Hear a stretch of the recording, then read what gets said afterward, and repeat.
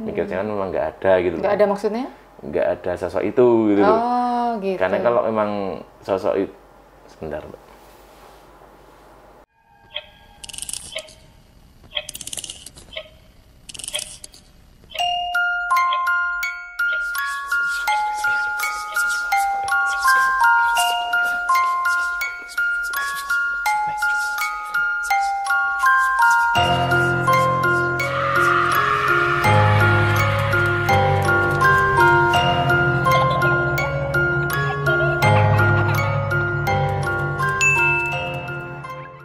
Hai semuanya, selamat datang di Story Asik. Mudah-mudahan semuanya sehat walafiat ya.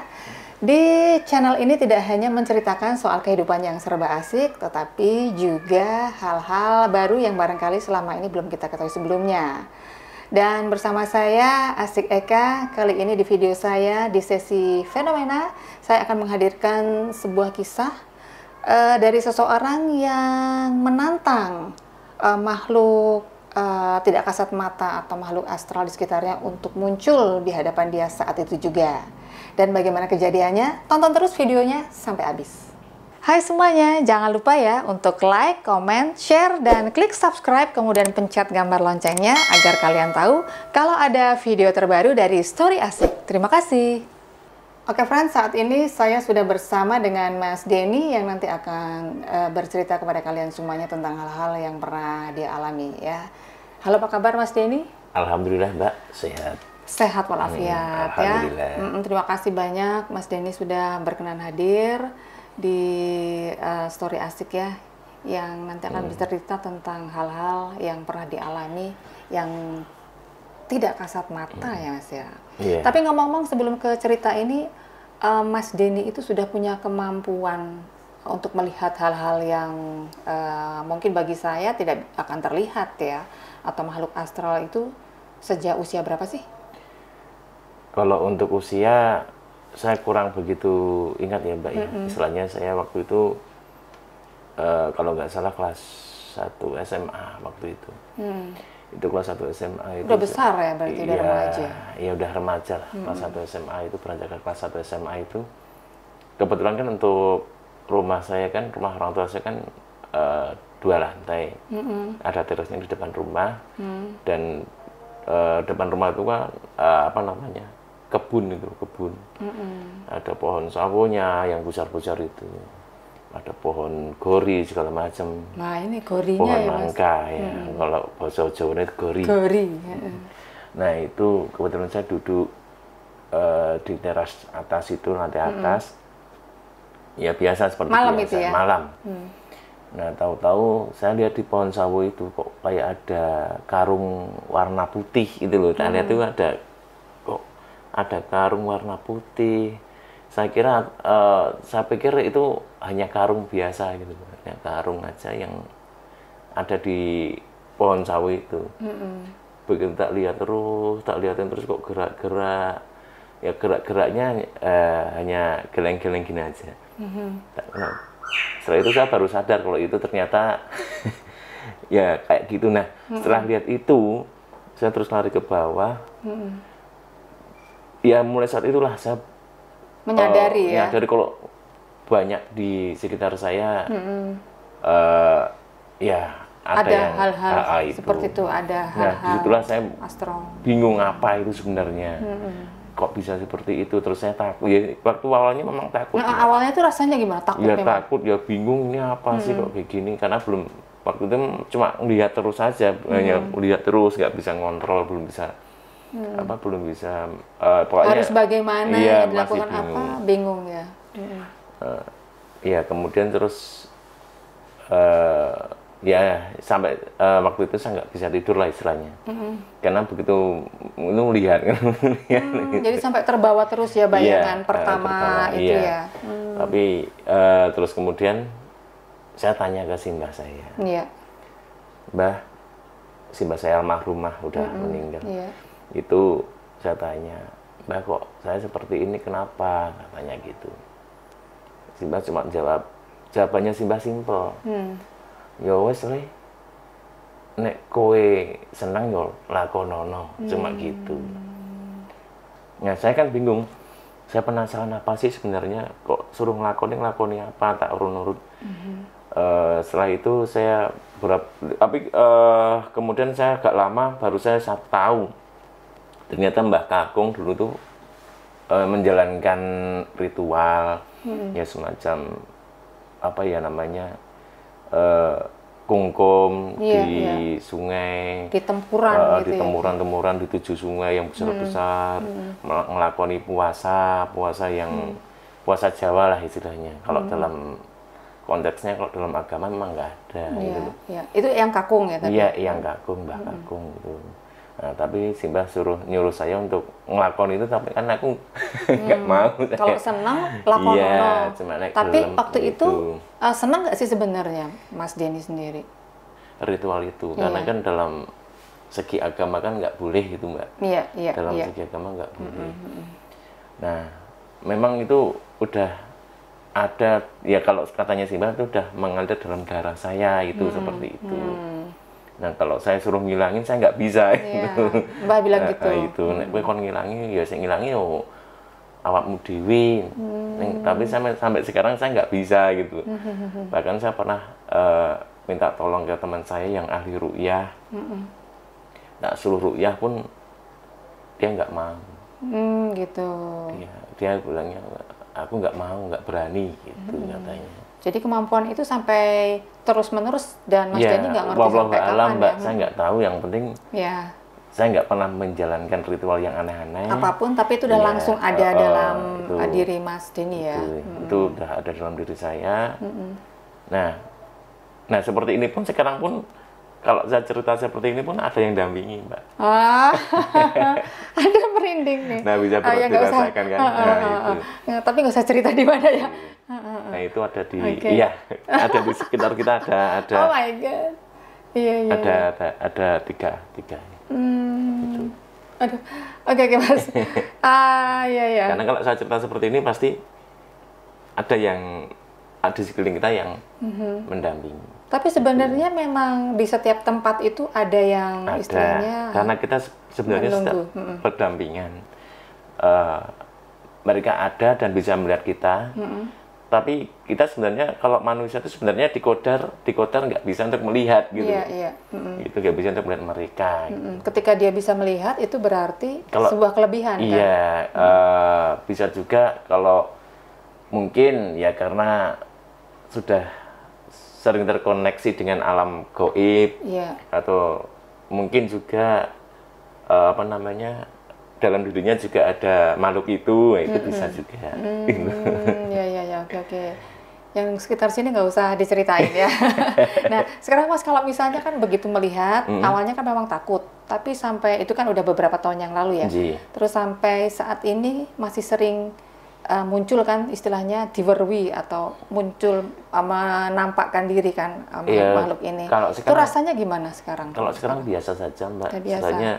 Ketika muncul kalau udah biasa gitu, terus apa yang dilakukan Mas Denny? Ya udah, mereka memang ada di sekitar kita buat didiemin aja gitu. Ya cuman asalkan kita nggak salah, asalkan kita nggak ganggu, niat saya nggak mengganggu, nggak pernah punya niat jahat pada mereka, ya nggak apa-apa. Karena kan sama-sama makhluk hidup. Kalau istilahnya tetangga lah ibaratnya, kalau ya ibaratnya mereka ada di samping kita, kan saya melihat ya saya kula nuwun ibaratnya nun sewu melewat jalannya itu pasti seperti itu Mbak. Diucapkan gitu. Iya, ya minimal kalau melihat kalau melewati tempat-tempat yang angker, yang wingit, minimal kalau pakai motor yang klakson. Gitu ya. Klakson nun sewu. Ya itulah yang diajarkan simbah-simbah kita dulu kan seperti itu. Menyapa tetap menyapa mereka. Karena mereka memang ada dan di mana tempat kita berada itu mereka juga ada. Gitu. Asal selama kita tidak mengusik mereka asal kita nggak mengusik mereka, saja ya. Insya Allah juga nggak apa-apa. Gitu. Nah, kemudian Mas Denny, untuk yang akan dikisahkan oleh Mas Denny tentang jurit malam itu seperti apa? Tapi mungkin penonton tahu semua paling ya, yang namanya jurit malam adalah kegiatan di malam hari yang biasanya dilakukan oleh orang-orang camping untuk melatih mental gitu ya Mas Denny ya, kepemimpinan dan sebagainya. Jadi awalnya gini Bu, Mas Denny panitia ya waktu itu Iya, atau peserta? waktu itu kan saya panitia, buat panitia acara pelantikan apa ya namanya? Kalau dalam SMA itu kan tingkatannya kan bantara. Nah itu pelantikan bantara namanya. Iya. Nah kebetulan malam hari itu kan untuk peserta itu kan diajarkan jurit malam untuk melatih mental, untuk melatih ya istilahnya kekuatan, ya mentalnya, intinya mental. Yang penting mental Ya, itu. mental itu. Kepemimpinan. Nah, kebetulan saya di pos ketakwaan waktu itu. Di pos ketakwaan. Nah, kebetulan waktu sebelum berangkat itu kan ada upacara segala macam. Nah, ada kembangnya. Nah, ada kembang juga ya? Iya, ada kembang-kembang itu, kembang-kembang. Ya biasalah kembang-kembang untuk ngirim di makam segala macam itu. Iya. Nah, saya kan suka dengan kembang kandil waktu itu. Saya bawa kembang kandil itu 3 butir kalau nggak salah, 3 butir. Saya kantongi di kantong baju pramuka saya. Iya. Saya kantongi. Nah, saya di situ ke dapur itu apa ya? Kayak ke dapur sebagai ditunjuk sebagai ini tim ketakwaan. Nah, ketakwaan itu saya ya udah kalau ketakwaan itu kan menguji kekendelane itu loh. Nah, ketakwaan itu saya punya ide udah masukkan makam aja. Lokasinya di pemakaman. Nah, kebetulan rute yang ditempuh itu kan dari sekolahan, dari sekolahan itu ke arah utara. Ke arah utara itu kan ada rel kereta api itu. Iya. Tapi jarak dari SMA sampai ke rel itu agak jauh. Nah, rel kereta api. Nah, kebetulan di utara rel kereta api itu ada makam. Ada makam yang udah lama nggak digunakan. Iya. Istilahnya bukan nggak digunakan, istilahnya memang udah nggak untuk memakamkan yang baru lagi Nggak penuh ya, makam lama ya. Makam lama gitu, makam tua. Nah, disitulah saya ya karena waktu itu kan anak SMA itu kan dalam artian sak geleme dhewe, urung bisa mengontrol emosi. Iya. Ya namanya anak SMA itu kan kemendel lah, kementus, kemetak. Iya. Istilahnya belum punya sok-sokan lah pokoknya ya. Sok gaya. Dume wis iso weruh barang kang ngono gitu loh, ibaratnya barang kan dulu kan memang seperti itu. Nah, masuklah saya makam itu berdua, saya sama teman saya lah, nggak tak sebutin namanya. Iya, panitia yang lain ya. Sama teman saya. Masuklah saya makam itu. Nah, di situ memang saya udah disiapkan potongan-potongan kertas. Potongan-potongan kertas itu ada nama-namanya untuk dilaporkan ke pos berikutnya. Nah, nanti potongan kertas itu kan tak gulung, saya selipkan di antara kijing, ya? di antara nisan-nisan itu. Nah, sebelum masuk makam kan biasa, Mbak, istilahnya saya kulon nuwun dulu lah. Iya. Saya kulon nuwun dulu. Nah, di situ yang saya lihat memang ada sosok yang tinggi besar, rambutnya panjang gitu. Nah, di situ tak kira itulah yang penguasa makam itu, saya kira itu. Iya.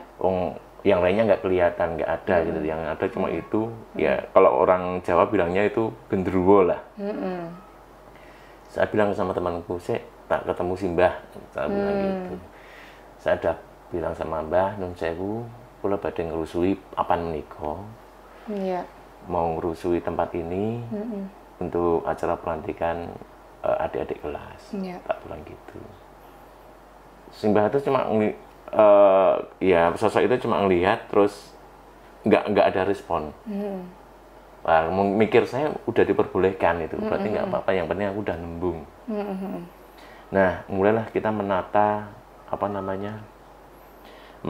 itu tadi kertas-kertas tadi. Kertas yang diselipkan di nisan tadi itu. Nah, setelah selesai, kebetulan ada teman saya yang satu lagi datang sambil tergopoh-gopoh gitu, bawa spray. Spray dari UKS itu. Oh iya, putih dong warnanya. Putih itu, spray UKS itu. Nah, bilang, bro, gitu kan. Apa? ayo gawe pocongan gitu. Ayo gawe pocong-pocongan. Biasa kan kalau jurit malam sering bikin-bikin kayak gitu. Iya, iya. Nah, saya lihat sekeliling saya dulu, saya lihat dulu, oh nggak ada. Mikir saya kan memang nggak ada gitu. Nggak ada maksudnya? Nggak ada sosok itu gitu loh. Oh, gitu. Karena kalau memang sosok itu, sebentar, Mbak. Kenapa, Mas? Nggak apa-apa. Nah,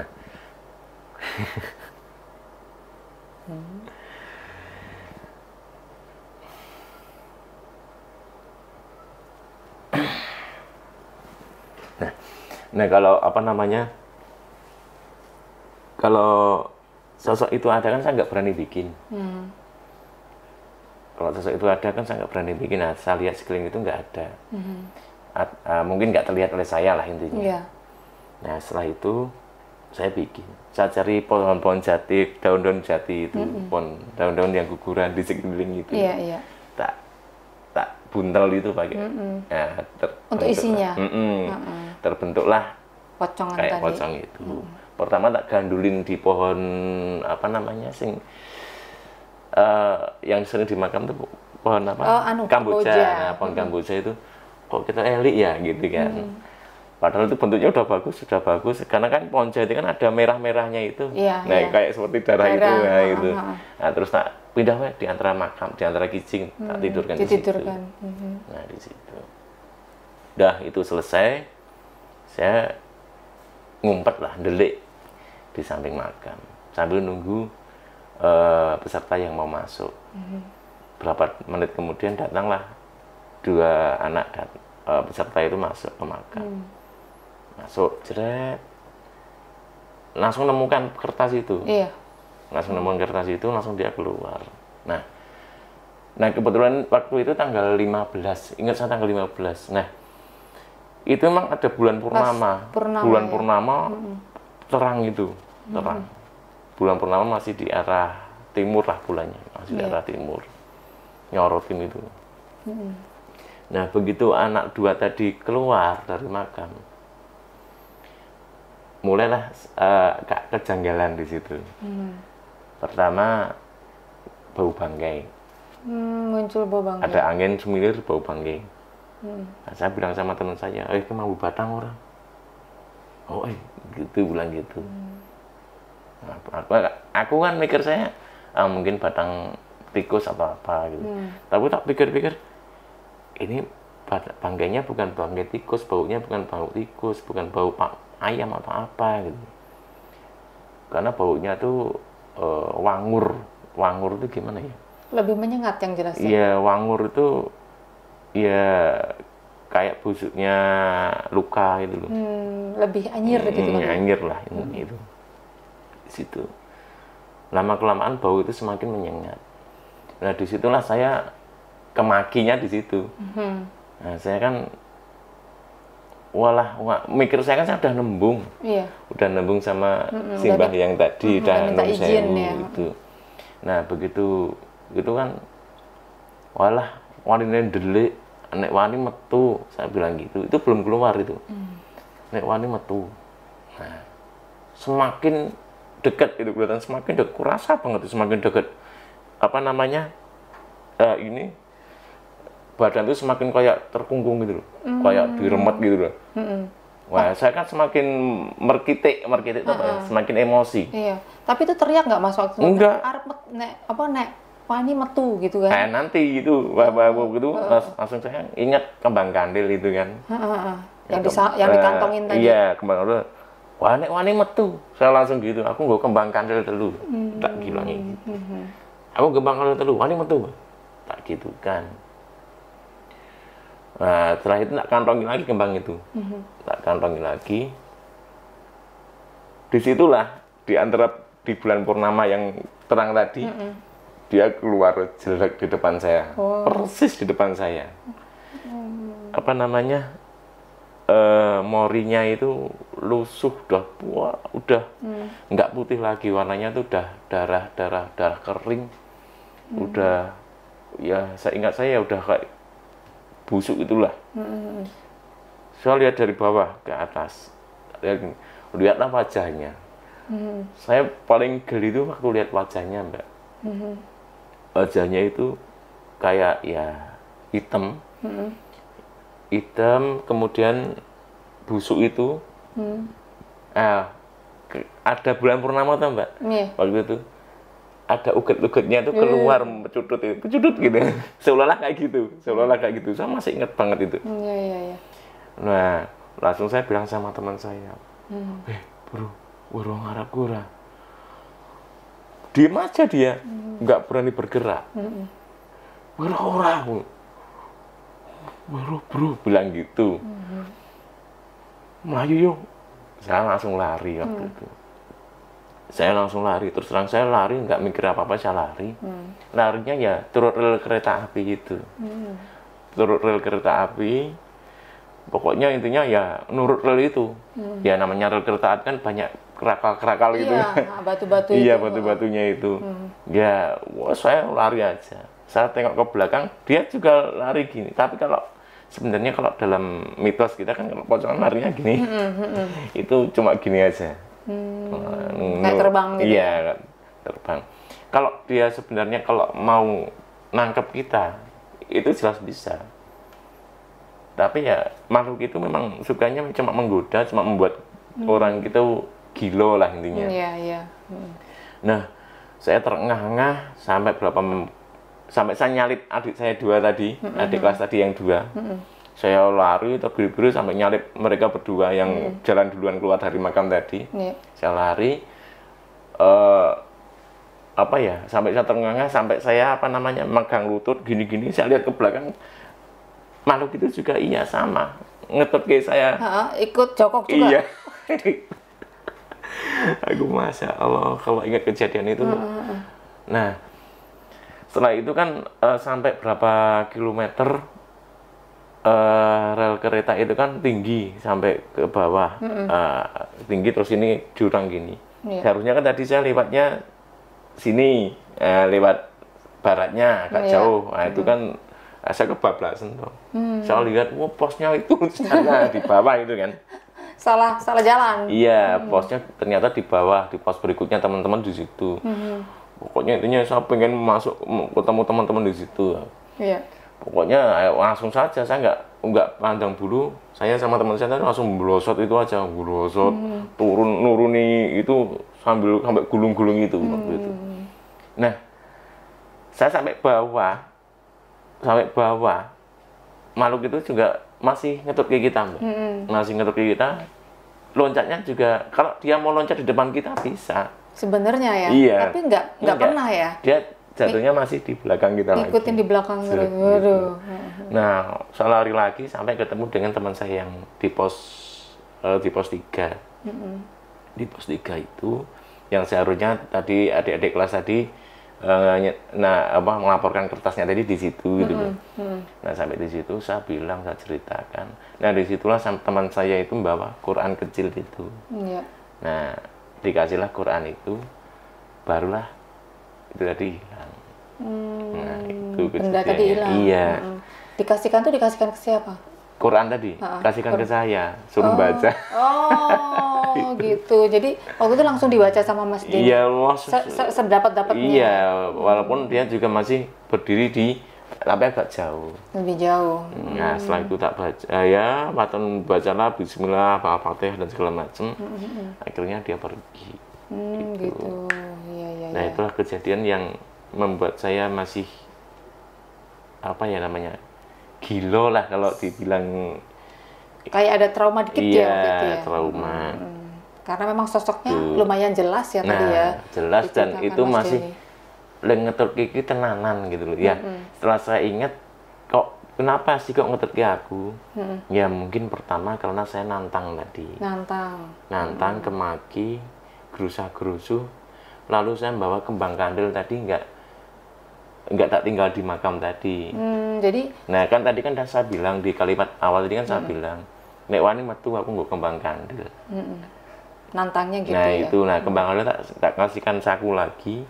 Nah, dia mungkin ngejarnya itu. Padahal itu harusnya ditinggal aja di sana ya. Itu. Barang-barang istilahnya apapun benda-benda yang ada di tempat itu sebaiknya Iya, tidak usah diusik Iya, juga ya Mas ya. ya intinya apapun jenisnya, kalau bisa kita jangan sampai berhubungan dengan mereka, mengusik mereka. Iya. Ya mungkin ada juga yang bisa mengambil benda-benda pusaka atau apa. Tapi kalau bisa jangan. Gitu. Kalau menurut saya jangan, karena apa ya? Ya itu harta mereka itu istilahnya. Iya. Gitu. Iya, tapi Kalau menarik. istilahnya kalau dalam agama itu kita memang dalam agama nggak boleh berhubungan dengan mereka, walaupun sedikit saja nggak boleh. Iya. Alamnya sudah berbeda Iya, ya. alamnya beda dan ya intinya kita takwa saja sama Allah Subhanahu Wa Taala, kalau bahwasanya kita memang percaya mereka ada, intinya itu aja. Iya. Dunia yang lain itu memang Iya, ada dan apa namanya, hidup kita berdampingan ya. Ya istilahnya jangan sampai kita kemaki, nantang. Karena apa? Manusia itu sekuat-kuatnya manusia pasti punya lemah. Iya. Mesti duwe leno. Mesti punya apa ya? Lengah. Nah, itulah. Waktu kita lengah, setan itu masuk di situ. Nah, itu dia ya. Iya. Oke, ya. Intinya itu. Ya, menarik sekali nih Mas Denny. Banyak hal yang bisa kita ambil ya, banyak learning yang bisa kita ambil bersama, bahwa kalau hidup itu jangan paling bisa menantang dan sebagainya ya. Iya, Ini satu pelajaran yang bagus sekali. Oke, terima kasih banyak Mas Denny atas ceritanya yang sangat berkesan tadi, dan mudah-mudahan juga bisa memberikan banyak learning untuk penonton di rumah juga ya. Sehat selalu dan terus saja dipelihara ini kelebihan ini selama bisa untuk kebaikan ya. Iya, kalau bisa hilang malah alhamdulillah. Oh gitu ya. Sebenarnya nggak pengen ya. Oke Mas Denny, thank you banget ya. Ya, sama-sama asik. Oke friend, itu tadi cerita dari Mas Denny yang benar-benar cukup menginspirasi ya, dan banyak hal yang bisa kita pelajari dari cerita tadi. Bagaimanapun juga ada hal-hal di luar sana yang harus berdampingan selalu dengan kehidupan kita sehari-hari di sini, walaupun kita tidak bisa melihat secara kasat mata ya. Dan sampai di sini story asik, mudah-mudahan bisa memberikan manfaat. Sekali lagi jangan lupa untuk like, comment, share, dan klik subscribe dan pencet loncengnya supaya kalian tahu kalau ada video terbaru dari Story Asik. Terima kasih sudah menonton. Bye.